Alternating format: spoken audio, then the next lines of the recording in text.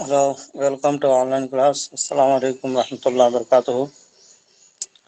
Hello,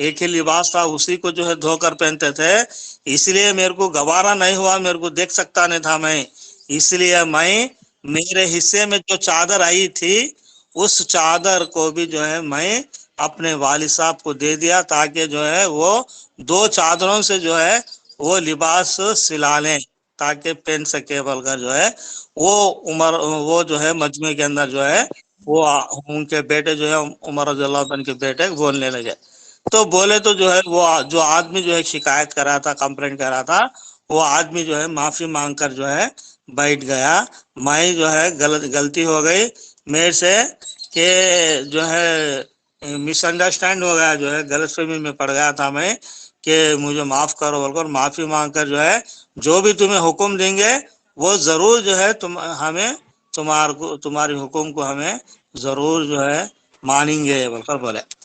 تو یہ جو ہے اس کو جو ہے کیا کرے علامہ شبلی نعمانی اس واقعے کو بہت ہی اچھے انداز میں، بہت سلیس انداز میں سمجھ میں آئی جیسا جو ہے اس کو لکھے۔ پھر اور ایک مرتبہ میں وہ پڑھتا ہوں، دیکھو اچھی طرح سے سنا، حضرت عمر رضی اللہ عنہ ایک جلیل القدر صحابی رسول ہے، حضرت ابو بکر صدیق رضی اللہ عنہ کے بعد دوسرے اسلامی خلیفہ بھی ہیں، انہوں نے اپنے دور خلافت میں اسلامی سرحدوں کو وسیع کیا، عرب سے باہر اسلام کا پرچم لہرایا، اپنی رعایا میں عدل و انصاف اور مساوات اور برابری کا بہترین نظام قائم کیا، بیت المال اور مال غنیمت کی تقسیم حد درجہ انصاف و عدل سے کی جاتی تھی، کسی کے ساتھ امتیازی سلوک نہیں کیا جاتا ہے، چاہے خلیفہ ہی کیوں نہ ہو وہ بھی مال غنیمت کی تقسیم میں عوام کے ساتھ برابر کے شریک ہوتے تھے۔ یعنی کہ عمر رضی اللہ عنہ کے زمانے میں عمر رضی اللہ عنہ ابو بکر صدیق رضی اللہ عنہ کے انتقال کے بعد جو ہے حضرت عمر رضی اللہ عنہ جو ہے خلیفہ، اور خلیفہ ہونے کے بعد کہ ان کی جو حکومت تھی عرب کے باہر تک جو ہے گئی ہوئی تھی، عرب کے باہر بھی اسلامی حکومت جو ہے قائم کی گئی تھی، اور اپنی رعایا کے درمیان عدل و انصاف اور مساوات اور برابری کا بہترین نظام قائم کیا تھا۔ یہ رعایا کے اندر جو ہے رعایا کے درمیان کسی کو بڑا کرو، کسی کو گھٹا کرو، کسی کو جو ہے بڑا چھوٹا سمجھ کر جو ہے عدل و انصاف نہیں کرتے تھے، سب کے برابر جو ہے ایک ہی انصاف تھا، یہاں تک کہ ان کے ایک مرتبہ جو ایک مشہور واقعہ ہے، ایک مرتبہ حضرت عمر رضی اللہ عنہ ان کے جو بیٹے تھے، ایک بیٹے جو ہے غلطی کر دی ایک، تو ان کو بھی جو ہے عمر رضی اللہ عنہ کیا کرے، ان کو بھی جو ہے سزا دیے، اور وہ سزا میں ان کو مر گئے بھی ان کے بیٹے، وہ سزا کی وجہ سے اتنے انسان آدمی تھے نا۔ تو اس کے بعد جو ہے اب کسی کو جو ہے امتیازی سلوک نہیں کیا جاتا تھا، کون کی بڑا بول کرو، انہوں خلیفہ بول کر، انہوں اچھا بول کرو، انہوں پیسے والا بول کر جو ہے امتیازی سلوک نہیں کیا جاتا تھا۔ امتیازی سلوک کا تو بڑا کرو، ان کو اچھا سلوک کرنے کو بولتے ہیں، چاہے خلیفہ ہی کیوں نہ ہو وہ بھی مال غنیمت کی تقسیم میں عوام کے ساتھ برابر کے شریک ہوتے تھے، یہاں تک کہ اگر کچھ مال عوام میں تقسیم اگر ہوتا تو خلیفہ کو بھی جو ہے عوام کے برابر جو ہے ان کو بھی حصہ ملتا تھا، وہ تک لینا پڑتا تھا، اس سے زیادہ نہیں لینے کا تھا، نہیں لیتے تھے، اتنا انصاف کرتے تھے۔ تو یہ جو نظم ہے عدل فاروقی میں علامہ شبلی نعمانی نے عدل و انصاف اور مال غنیمت کی تقسیم کا ایک واقعہ جو حضرت عمر رضی اللہ عنہ کے تعلق سے تھا وہ بیان کیا، کہ اس واقعے سے حضرت عمر رضی اللہ عنہ کے انصاف پر روشنی پڑتی ہے۔ واقعہ یوں ہے، یہ جو ہے علامہ شبلی نعمانی کیا کرے، ان کا ایک بہت سارے ان کے ایسے قصے ہیں، تو ان میں بہت سارے واقعات ہیں ان کے، ان میں حضرت علامہ شبلی نعمانی کیا کرے، واقعے کو جو ہے ایک نظمی شکل دے کر جو ہے اس واقعے کو جو ہے نظم میں جو ہے پیش کرتے ہیں۔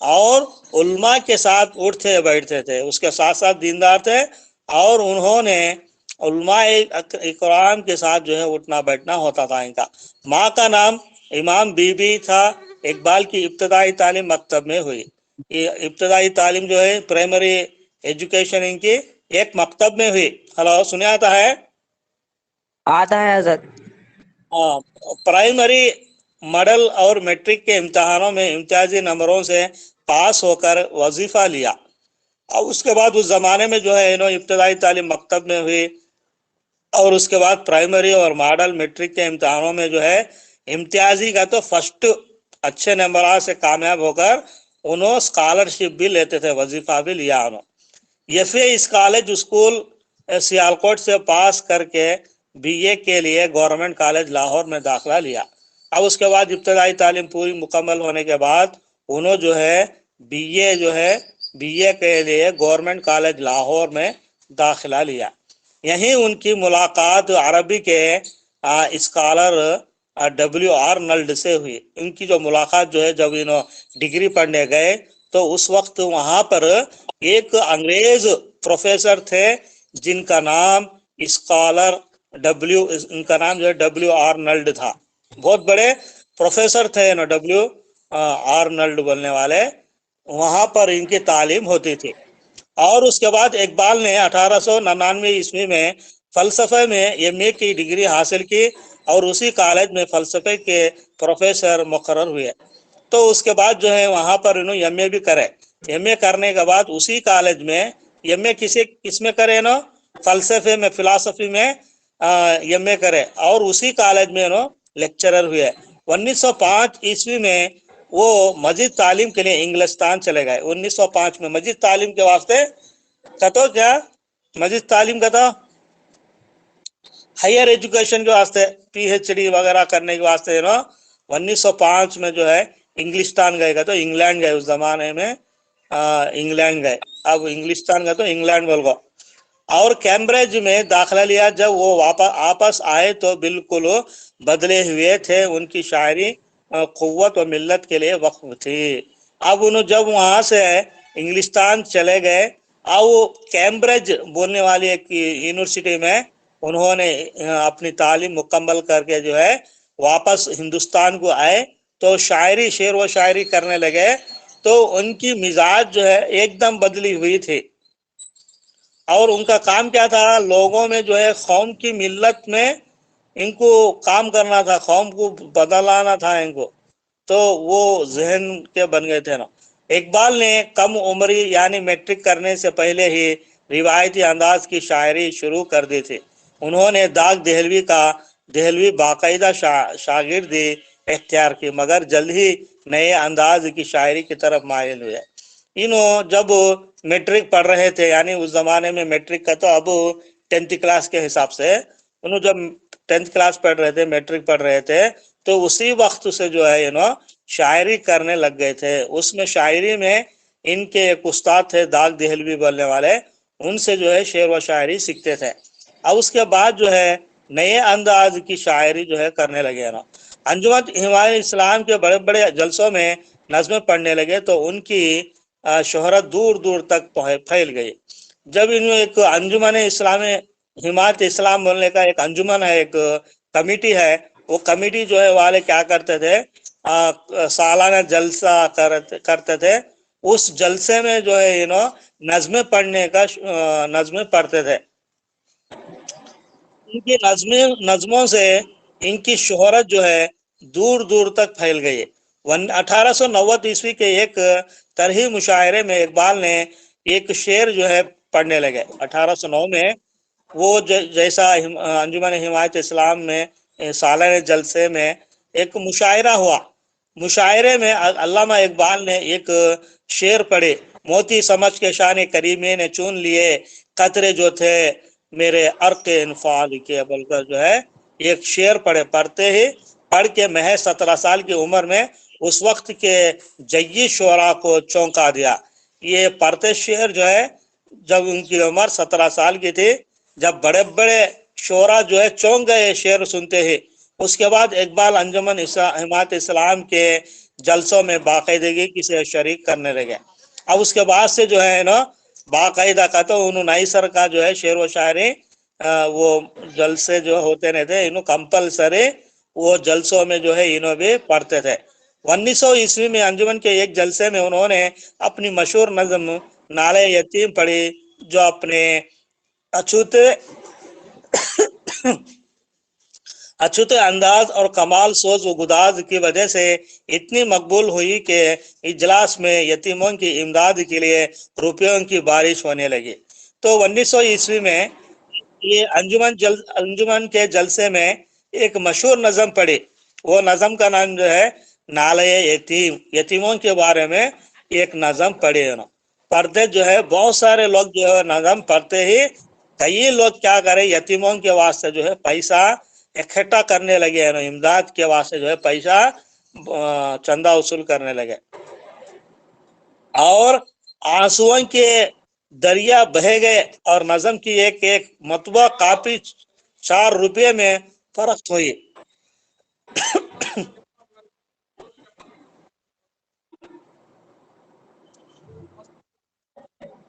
اور کیا بولنے لگے نا یہ جو ان کی جو نظم ہے خالی نظم ہی جو اس زمانے میں 4 روپے میں جو ہے فروخت ہوئی انہوں، جس سے بہت سارے پیسے جو ہے آئے ان کو. اس کے بعد اقبال کی نظمیں انجمن کی جلسوں کی خصوصیت بن گئی. 1 اپریل 1904 میں ادبی رسالہ مخزن کا اجرا ہوا تو اس میں اقبال کی نظم ہمالہ شائع ہوئی. اور اس کے بعد جو ہے 1904 میں ایک میگزین ہے مخزن بول کر، اس کے میگزین میں ان کی اور ایک نظم جو ہے ہمالہ بول کر جو ہے ہمالہ پہاڑ پر ایک نظم لکھی ہے نا وہ نظم جو ہے شائع ہوئی. اس کے بعد اس کے ساتھ ہی ان کی نئے انداز کی نظموں اور غزلوں کی اشاعت کا سلسلہ شروع ہوا. اور اس کے بعد جو ہے انہوں نظمہ اور غزلیں جو ہے چھپنا شروع ہوئے ان کے. اور اقبال شعرائے ہند کی صف اول میں ممتاز مقام پر فائز ہو گئے. تو اس کے بعد جو ہے ان کی جو بہت ہی بڑے بڑے شعراء میں جو ہے ان کا نام جو ہے آنے لگا. اقبال نے اورینٹل کالج اور گورنمنٹ کالج میں ملازمت کی. اس کے بعد انہوں نے وکالت شروع کر دی. وکالت میں کامیابی نہیں ہوئی ہے. حکومت برطانیہ نے 1922 میں ان کو سر کا خطاب دیا. اقبال نے کیا کرے اورینٹل گورنمنٹ کالج میں ملازم کی. اس کے بعد انہوں نے وکالت شروع کر دی اور اس کے بعد انہوں نے وکالت کا تو لائر کا کام بھی کرتے تھے، وہ بھی پڑھے تھے نا، لیکن اس میں مجھے کامیاب نہیں ہوئے. اس کے بعد جو ہے گورنمنٹ اس زمانے میں انگریزوں کی جو گورنمنٹ تھی حکومت برطانیہ 1922 میں ان کو کیا کرے ایک اس زمانے میں اوارڈ دیتے تھے، خطاب دیتے تھے، سر کا خطاب دیا اس زمانے میں. جیسے آج کے زمانے میں پدم شری، پدم بھوشن، پدم وبھوشن، بھارت رتنا جیسے انعامات سے نوازتے ہیں، اسی طرح اس زمانے میں بھی سر بول کر جو ہے سر کا خطاب جو ہے دیتے تھے. تو اقبال نے کیمبرج اور میونخ یونیورسٹیوں سے فلسفہ میں اعلیٰ ترین ڈگریاں حاصل کی. پی ایچ ڈی کے لیے ان کے مقالے کا موضوع ایران میں مابعد طبیعت کا ارتقاء تھا. پی ایچ ڈی حصول کے بعد انہوں نے لندن سے برسٹری کا امتحان بھی پاس کیا. وطن واپس آ کر وہ گورنمنٹ لاہور میں فلسفے کے پروفیسر مقرر ہوئے. اب اس کے بعد جو ہے اقبال کیا کرے کیمبرج یونیورسٹی میں جو ہے فلسفے کا پی ایچ ڈی کا ڈگری حاصل کرے وہاں سے. اور اس کا جو موضوع تھا ایران میں مابعد طبیعت کا ارتقاء کا جو ہے وہ پی ایچ ڈی کا ٹاپک تھا. انہوں نے لندن سے برسٹری کا امتحان بھی جو ہے پاس کرے اور وطن واپس آ کر وہ گورنمنٹ کالج لاہور میں فلسفے کے پروفیسر ہوئے، فلسفی کے پروفیسر ہو گئے اور ساتھ ساتھ وکالت بھی کرتے تھے اور ایسا پڑھاتے بھی تھے فلسفے کا اور لائر کا کام بھی کرتے تھے، جس کی کالج نے انہیں خصوصی اجازت دے دی تھی. بعد میں انہوں نے کالج کی ملازمت چھوڑ دی اور وکالت کو ہی اپنا پیشہ بنا لیا. کالج جو ہے پروفیسر کے لیے نوکری چھوڑ ڈال کر پھر کیا کرے نا وکالت کرنے لگے گا. تو کیا لائر کا کام کرتے تھے، لائر بن گئے تھے، اس میں کرتے تھے نا. کچھ عرصے عرصے تک ان کی شاعری خاموش رہی، لیکن پھر ان کی قومی وہ ملی نظموں کا وہ سلسلہ شروع ہوا جو ان کی شہرت دوام کا باعث بنا۔ ان میں شکوہ، شمع و شاعری، خضر راہ اور طلوع اسلام انجمن کے جلسوں میں پڑھی گئی۔ یہ تمام نظمیں جو ہے بیرونوں لکھنا شروع کرے اور یہ انجمن کے جلسوں میں جو ہے انہوں پڑھتے تھے۔ 1910 عیسوی میں فارسی مثنوی اسرار خودی شائع ہوئی اور پھر 3 سال بعد رموز بے خودی منظر عام پر آئی اور جو اسرار خودی کا ختمہ تھی۔ اس کے بعد اقبال کی شاعری کے مجموعے ایک کے بعد دیگر شائع ہوتے رہے۔ آخری مجموعہ ارمغان حجاز ان کی زندگی میں تیار تھا لیکن موت کے بعد شائع ہوا۔ انہوں پوری نظموں کا ایک کتاب لکھ ڈالے تھے لیکن ان کے زندہ ہسٹم پر جو ہے ان کو کتاب شائع نہیں ہوئی تھی۔ ان کے انتقال کے بعد وہ کتاب جو ہے شائع ہوئی۔ عملی سیاست میں حصہ لیتے ہوئے اقبال 1926 عیسوی میں پنجاب قانون ساز اسمبلی کے رکن منتخب ہوئے اور انہوں قانون ساز کے اسمبلی کے رکن بھی جو ہے انہوں منتخب ہوئے، یعنی چنے گئے۔ 1930 عیسوی میں مسلم لیگ کے الہ آباد اجلاس میں ان کو صدر چنا گیا۔ اسی سال میں انہوں نے قیام پاکستان کا محوم خاکہ پیش کیا جو بعد میں ہندوستان سے الگ پاکستان کے قیام کے مطالبے کی اساس بنا۔ 1935 عیسوی میں پنجاب یونیورسٹی نے اور اگلے سال علی گڑھ یونیورسٹی نے انہیں ڈی لیٹ کی اعزازی ڈگریاں دی۔ 1935 عیسوی میں عید کے دن سویا کھانے کے بعد ان کا گلا بیٹھ گیا۔ ڈاکٹروں کے مطابق ان کے حلق میں رسولی پیدا ہو گئی تھی۔ بجلی کے علاج سے کچھ افاقہ ہوا لیکن آواز پوری طرح بحال نہیں ہوئی۔ وکالت کا کام بند ہو گیا۔ ایسے میں ریاست بھوپال نے دادرسی کی اور 500 روپے ماہر ان کا وظیفہ مقرر کر دیا۔ ان کی دوسری بیگم کا انتقال 1935 عیسوی میں ہو گیا تھا جو 2 کمسن بچے چھوڑ گئی تھے۔ ان کی تربیت کی پریشانی نے اقبال کی صحت اور زیادہ بگاڑ دی۔ ان کو دمہ کے دورے پڑنے لگے، کھانستے بے ہوش ہو جاتے تھے۔ 1945 عیسوی میں مرض نے شدت اختیار کر لی اور 21 اپریل 1938 عیسوی کو ان کا انتقال ہو گیا۔ اب ان کے بہت سارے جو ہے ایک مرتبہ عید کے دن کچھ میٹھا وغیرہ کھا لیے تو جو ہے ایک دم ان کا جو ہے گلا بیٹھ گیا اور کچھ تکلیف ہو گئی گلے کے اندر۔ اسی کی وجہ سے جو ہے انہوں بیمار ہو گئے، گلے کی بیماری آ گئی، اسی میں جو ہے بیمار پڑ گئے تھے اور اس کے بعد سے گلا بیٹھ گیا تھا، بات بھی کر سکتے نہیں تھے اور لائر کا کام اس کے بعد سے چھوڑ ڈالا ہے۔ اور ایک ریاست جو ہے بھوپال سے جو ہے ان کو بھوپال اسٹیٹ سے جو ہے ان کو مہینے کو جو ہے 500 روپے وظیفہ آتا تھا، پنشن آتی تھی اور اسی وقت جو ہے ان کی بیوی کا بھی انتقال ہوا اور چھوٹے چھوٹے بچے بھی ان کے تھے اور زیادہ ان کو پریشان ہو گئی تھی اور جس کی وجہ سے اور صحت جو ہے بگڑ گئی اور دمہ کا بیماری بھی زیادہ ہو گئی تھی اور کھانستے انہوں بے ہوش بھی ہو جاتے تھے۔ آخر اسی مرض میں جو ہے ان کا انتقال ہو گیا۔ کتنا ہوا ٹائم؟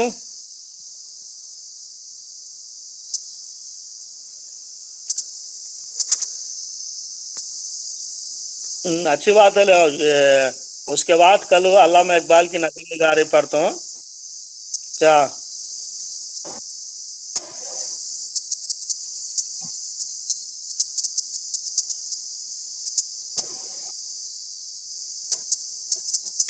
کیا کلیم